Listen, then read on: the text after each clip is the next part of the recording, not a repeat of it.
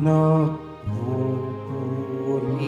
kami sa'yo, Panginoong Jesucristo. Nagpupuri kami sa'yo, Panginoong Jesucristo. Diyos ko sa kigawad, lobing tunay at tapat, puso ko'y gawin mong wagas, nang manauni ang galang, bunga ng iyong pagliligtas. Pagpupuri kami sa'yo, Panginoong Jesucristo. Sumainyo ang Panginoon. At sumayo rin. Ang mabuting balita ng Panginoon ayon kay San Juan. Papuri sa iyo, Panginoon.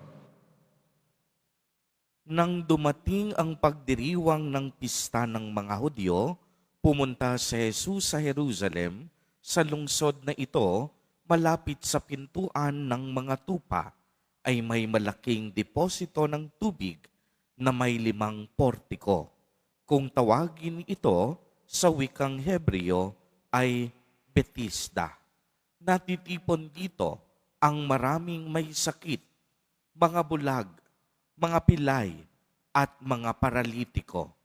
Hinihintay nilang gumalaw ang tubig sapagkat may panahong bumababa ang isang anghel ng Panginoon at kinakalawkaw ang tubig. Ang maunang lumusong pagkatapos makalawkaw ang tubig ay gumagaling anuman ang kaniyang karamdaman. Doon may isang lalaking 38 taon nang may sakit at siya'y nakita ni Jesus. Alam nitong matagal nang may sakit ang lalaki. Tinanong siya ni Jesus, "Ibig mo bang gumaling?" Sumagot ang may sakit, "Ginoo, wala pong maglusong sa akin kapag nakalawkaw na ang tubig. Patungo pa lamang ako roon ay may nauuna na sa akin." Sinabi sa kanya ni Jesus, "Tumindig ka, dalhin mo ang iyong higaan at lumakad ka." At pagdakay, gumaling ang lalaki. Dinala ang kaniyang higaan at lumakad. Nooy araw ng pamamahinga, kaya't sinabi ng mga Hudyo sa lalaking pinagaling, "Araw ng pamamahinga ngayon, labag sa kautusan na dalhin mo ang iyong higaan." Ngunit sumagot siya, "Ang nagpagaling sa akin ang nagsabing dalhin ko ang aking higaan at lumakad ako." At siya'y tinanong nila, "Sino ang nagsabi sa iyo na dalhin mo ang iyong higaan at lumakad ka?"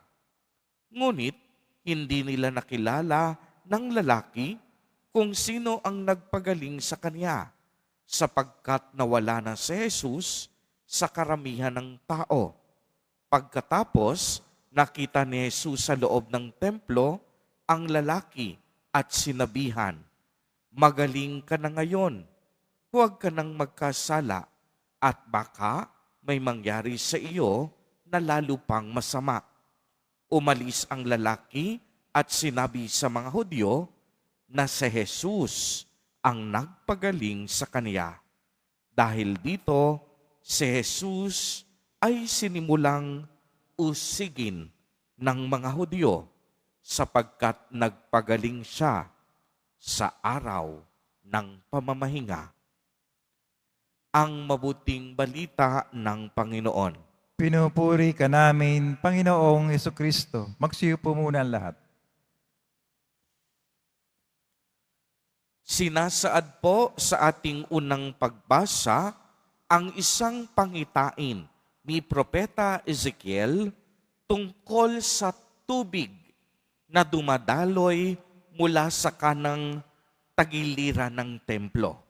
Sinisimbolo nito ang buhay na ipinagkaloob ng Diyos sa pamamagitan ng kaniyang anak, ang ating Panginoong Hesus Nazareno. Sa ating ebanghelyo naman ay narinig din nating muli ang tubig na kung saan mayroong isang deposito ng tubig na napapaligiran ng 5 portiko. Natitipon doon ang maraming may sakit, ang mga bulag, ang mga pilay, at ang mga paralitiko. Hinihintay nilang gumalaw ang tubig sapagkat naniniwala sila na kapag gumalaw ang tubig, bumaba ang anghel ng Panginoon at kinalawkaw ang tubig. Ang maunang lumusong pagkatapos makalawkaw ng tubig ay gumagaling anuman ang kanilang karamdaman. At maliwanag pong narinig natin kung paanong pinagaling ni Jesus ang isang lalaking 38 taon nang may sakit. Sa pagpapagaling ni Jesus, hindi na kailangang lumusong ng lalaki sa kinalawkaw na tubig sa pamamagitan lamang ng mga salita ni Jesus Nazareno. Siya ay gumaling. Sa pamamagitan mismo ni Jesus ay agad gumaling ang lalaking ito. Mga kapatid kay Kristo, napakahalaga po ng mga salita, lalo na kung pag-uusapan natin ang salita ng Diyos. The Word of God is living, effective, and powerful. Ang salita ng Diyos ay buhay, mabisa, at makapangyarihan. Nakapagpapagaling ito ng iba't ibang uri ng sakit at karamdaman. Ang mga salitang winika ni Jesus Nazareno nagpahilom ng lalaking may sakit sa loob ng 38 taon. Dito masasabi natin na tunay ngang ang salita ng Diyos makapangyarihan at nakapagpapagaling. Kaya nga ngayong panahon ng Kwaresma, nag-uumapaw ang awa at habag ng ating Panginoon. Hindi lamang tayo basta magnilay, subalit sa ating pagdarasal at pagsusumamo kay Jesus Nazareno, nararanasan natin ang kagalingan at paghilom.